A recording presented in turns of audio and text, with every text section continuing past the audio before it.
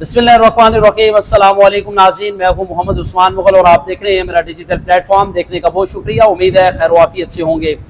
जनाब, इस वक्त जो आज़ाद कश्मीर की कानून साज असम्बली के इंतखाबात के हवाले से इस वक्त सियासी गहमा गहमी जो है वो उरूज पर है और आज एक बड़ा फैसला किया गया है कि आज़ाद कश्मीर कानून साज असम्बली जो है उसके इंतखाबात 3 मुख्तलिफ मरलों में जो है वो करवाने का फैसला किया गया है और उसके लिए 3 मुख्तलिफ तारीखें जो है वो दी गई हैं। क्योंकि मुहाजिरीन की 12 नशिस्तों पर जो इंतखाबात हैं वो 2 अगस्त को होंगे और उसके साथ साथ जो इस वक्त हम देख रहे हैं कि रावलपिंडी में मुहाजिरीन की 3 नशिस्तें हैं जिन पर इस वक्त तमाम सियासी जमातें जो है वो काफ़ी तेज़ अपनी उन्होंने सरगर्मियाँ जो वो कर दी हैं।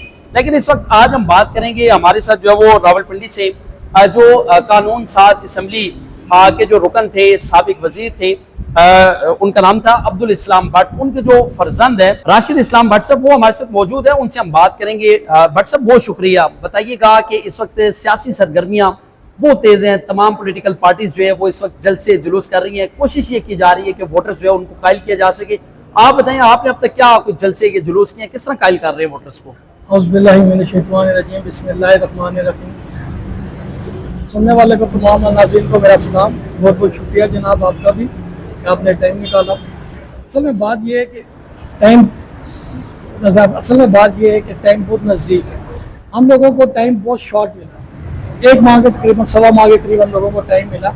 हम ज़्यादा टेंडेंसी कर रहे हैं डोर टू डोर जाके शॉर्ट मीटिंगें करके, कोई इतना वो शोर शराबा नहीं। आपको पता है कि कश्मीरी माजरीन मुख्तलिफ जगहों पर आबाद है, थोड़े से करके। इस तरह से मेरा हल्का जो है ये ज़्यादातर रावलपिंडी डिस्ट्रिक्ट तक, ये पूरा डिस्ट्रिक्ट मेरा हल्का बनता है।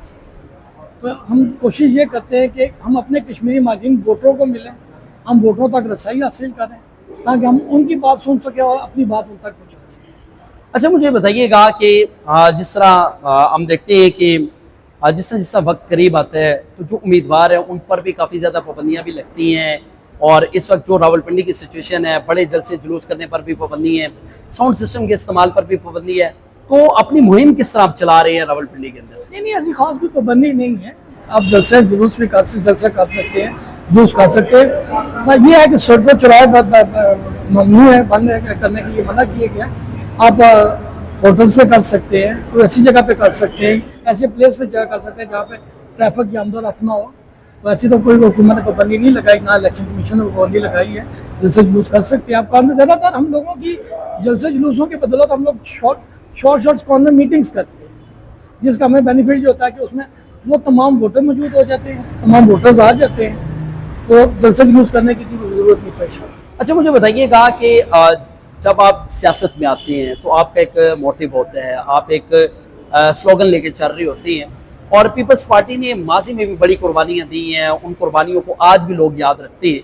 तो आप क्या समझते हैं कि जीत के बाद आपकी तरजीहात में क्या क्या चीज़ें शामिल हैं? लेकिन सबसे पहली बात तो ये है कि सियासत हम लोगों के ख़ानदानी विरासत है। जैसे आपको पता है कि मेरे वालिद मरहूम शुरू से वाबस्ता है पाकिस्तान पीपल्स पार्टी के साथ। उन्हें देख के शौक़ पड़ा, सियासत में आए। दूसरी बात यह है कि पाकिस्तान पीपल्स पार्टी के हर कारकुन वर्कर पहले हमारे लीडरशिप ने कुर्बानियाँ दी, उसके बाद वर्कर कुर्बानी देते हैं। आज ये वक्त आ गया है, ये नौबत आ चुकी है कि हर शहरी, हर लोग, ये लोगों का माइंड चेंज भी हुआ था, वो वापसी की तरफ आ रहा है, पाकिस्तान पीपल्स पार्टी की तरफ रजू कर रहा है। वो भी चेयरमैन बिलावल भुट्टो ज़रदारी को देखते हुए, उनके विज़न को देखते हुए। विज़न हर शख्स का अपना होता है। पाकिस्तान पीपल्स पार्टी का विज़न है रोटी कपड़ा मकान, हम उस लोगों पर हम चलते हैं। इसी तरह हम लोगों का जो सियासी लोगों का विज़न होता है, जो उस तरीके से इलेक्शन कंसल्ट करते हैं, हर शख्स का मुख्तलिफ विज़न होते हैं। मेरा जो अब विज़न है कश्मीरी माजरीनों के लिए, बिल्कुल सबसे पहले सर विज़न है मेरा आबादकारी का। माजरीनों के लिए आबादकारी का बहुत ज़्यादा मसला है, नौकरियों का। बहुत सारे माजरीन में ऐसे लोग, अब लड़के, बच्चे और बच्चियाँ पढ़े लिखे हैं कि जिन्हें नौकरियाँ नहीं मिलती। आज़ाद कश्मीर असम्बली में उनका कोटे का मखसूस होना, लेकिन हमारी कोशिश है कि, मेरी कोशिश है कि उस कोटे को बढ़ाया जाए, जहाँ से हमारे माजरीन मुकीम कश्मीर जो पढ़े लिखे हैं वो एडजस्ट हो सकें। तीसरा, तालीम, एजुकेशन। बच्चियाँ माशाल्लाह पढ़ी लिखी हैं, बच्चे पढ़े लिखे हैं, लेकिन बाज़ औक़ात 1-2 नंबरों से रह जाते हैं।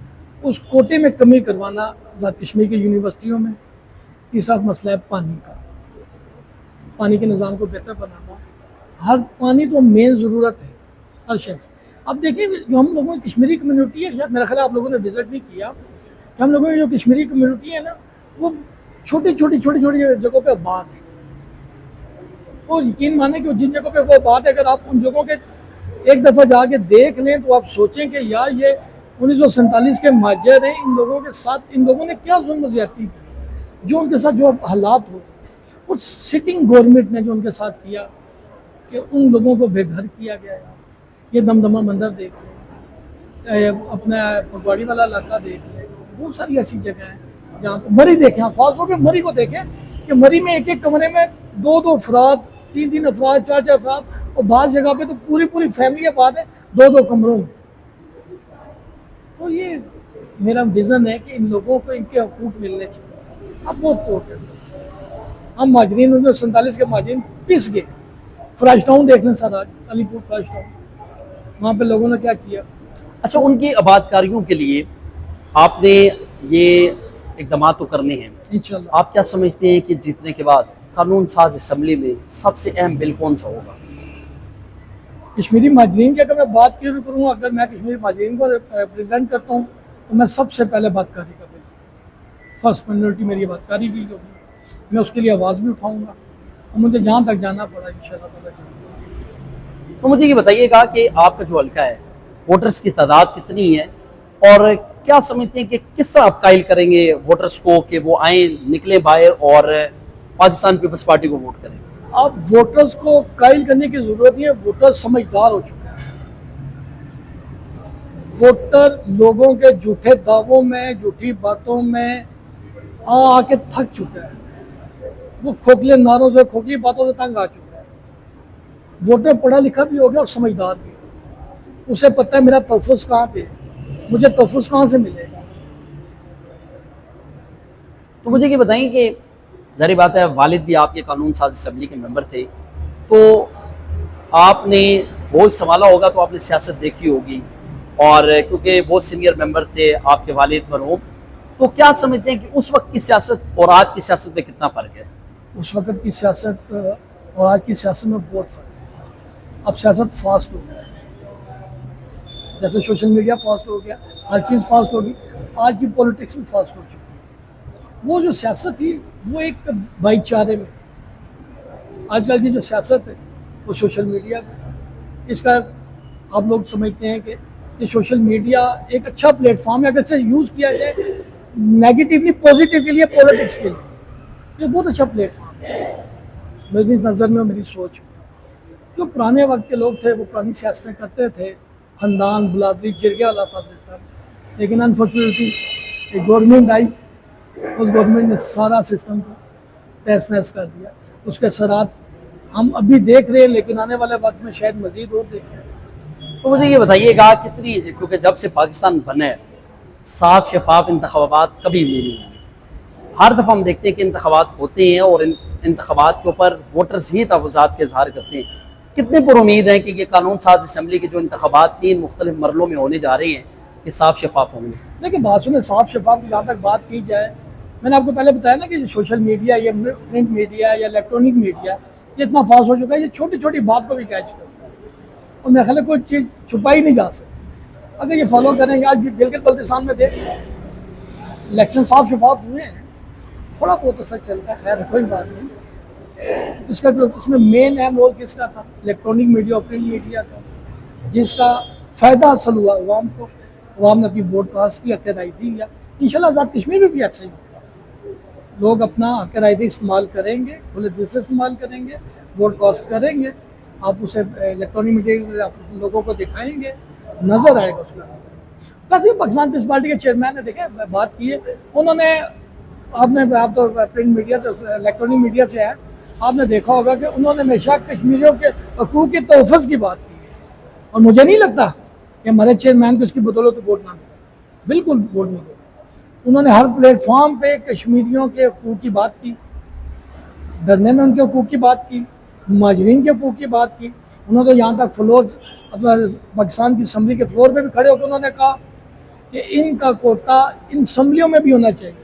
میری خواہش ہے کہ کشمیری مہاجرین आज़ाद असद जम्मू कश्मीर के लोग प्लस कश्मीरी माजिद, इनका कोटा कश्मीर पाकिस्तान की असम्बलियों में भी थे।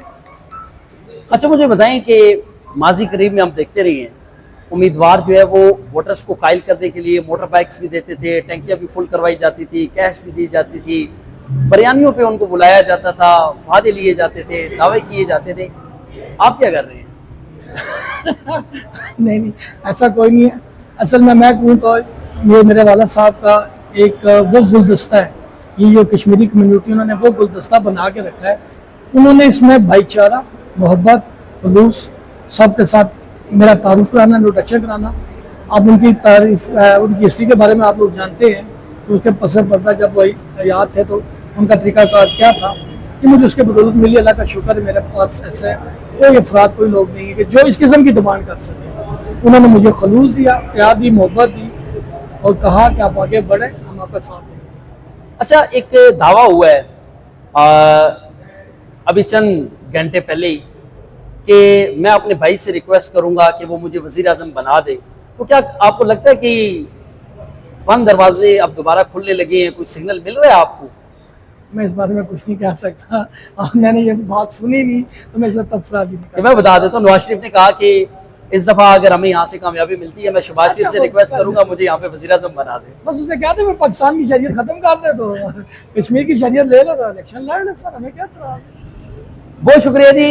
देखिए आपने गुफ्तगू सुनी है और ये आज़ाद कश्मीर कानून साज असम्बली के पाकिस्तान पीपल्स पार्टी के उम्मीदवार हैं LA 44 और वैली 5 से राशिद इस्लाम भट्ट। इनसे हमने गुफ्तगू की है और इनका यही मौक़िफ़ है कि अगर ये वोट की सीढ़ियाँ इस्तेमाल करते हुए ये आज़ाद कश्मीर की कानून साज असम्बली तक पहुँचते हैं, सबसे पहला इनका मंशूर ये होगा कि मुहाजिरीन जो हैं उनकी आबादकारियाँ और उनको तमाम जो कोटा है उनका उसमें इजाफा करना और उसके जो हकूक़ हैं उनका तहफ़्फ़ुज़ करना, और ताकि वो भी इस तरह रह सके जिस तरह पाकिस्तानी शहरी जो है वो रह रहे हैं। और इस वक्त भी हम देख रहे हैं कि पाकिस्तान मुस्लिम लीग नून, पाकिस्तान पीपल्स पार्टी और दीगर सियासी जमातें वो इस वक्त सियासी सरगर्मियाँ उन्होंने मजीद तेज़ कर दी हैं, वोटर्स को कायल करने की जो है वो कोशिश की जा रही है। अब देखते हैं जो भी सूरत हाल होगी, इसके बाद हम कोशिश भी करेंगे कि आपको मुजफ्फराबाद या फिर जो मीरपुर के इलाके हैं वहाँ से जाकर भी आपको रिपोर्ट करें। तब तक के लिए आपने अपना और अपने प्यारों का बहुत सारा ख्याल रखना है। मुझे दीजिएगा इजाज़त, अल्लाह ने के बाद।